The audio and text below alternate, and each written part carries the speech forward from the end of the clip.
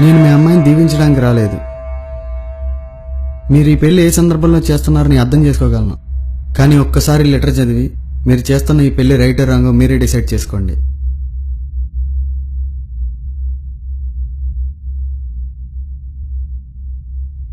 గౌరవనీయులైన మాస్టారు గారికి, మీ విద్యార్థి నర్మదా రాయినది.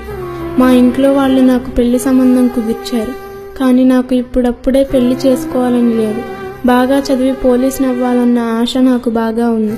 మీరు స్కూల్లో పాఠాలు చెప్తున్నప్పుడు ఎందరో స్త్రీలు కత్తి పట్టి కలం పట్టి మగవాళ్లకు ధీటుగా చరిత్రలో నిలిచారన్నది విన్నప్పుడల్లా నేను కూడా చదువుకొని స్వశక్తితో ఉన్నతంగా ఎదిగి కష్టాల సుడిగుండంలో ఉన్న నా తల్లిదండ్రులను సుఖపెట్టాలని, వారికి మంచి జీవితం అందించాలని ఎన్నో ఊహించుకున్నాను మాస్టారు.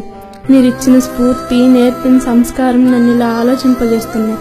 తెల్లవారితే కాయ కష్టం చేసి బ్రతుకు జీవుడా అని ఇంటికి వచ్చే నా తల్లిదండ్రులు నన్ను చూసి మురిసిపోతూ నా గురించి బంగారు కలలు కంటారు. ఆ కలల్లోనే ఆనందాన్ని అనుభవిస్తున్నారు. పెళ్లి చేస్తే నా కూతురు భర్త నీడలో 100 ఏళ్ళు చక్కని జీవితం అనుభవిస్తుందని, ఆడపిల్లకు అంతకంటే ఇంకేం కావాలని మురిసిపోతున్నారు. నా మనసులోని మాట చెప్పాలన్నా పొంగేవారి ఆశల మీద నీళ్లు జల్లటం కాదా మాస్టారు? వారి మాటకే తలంచుదామన్నా చట్టం వారిని కటకటాల పాలు చేస్తుందేమోనన్న భయం నన్ను వెంటాడుతుంది.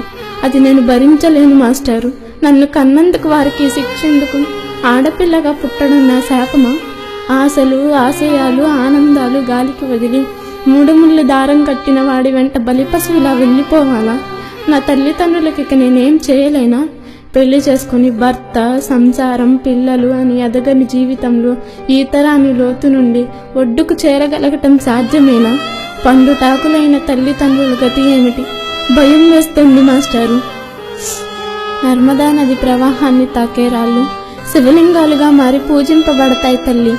నీవు కూడా నర్మదా నది వలె చక్కని జీవితాన్ని పొందగలవు అని దీవించారు, గుర్తుందా? కానీ దేవుడు దీవించలేదు మాస్టారు. ఇట్లు నర్మదా.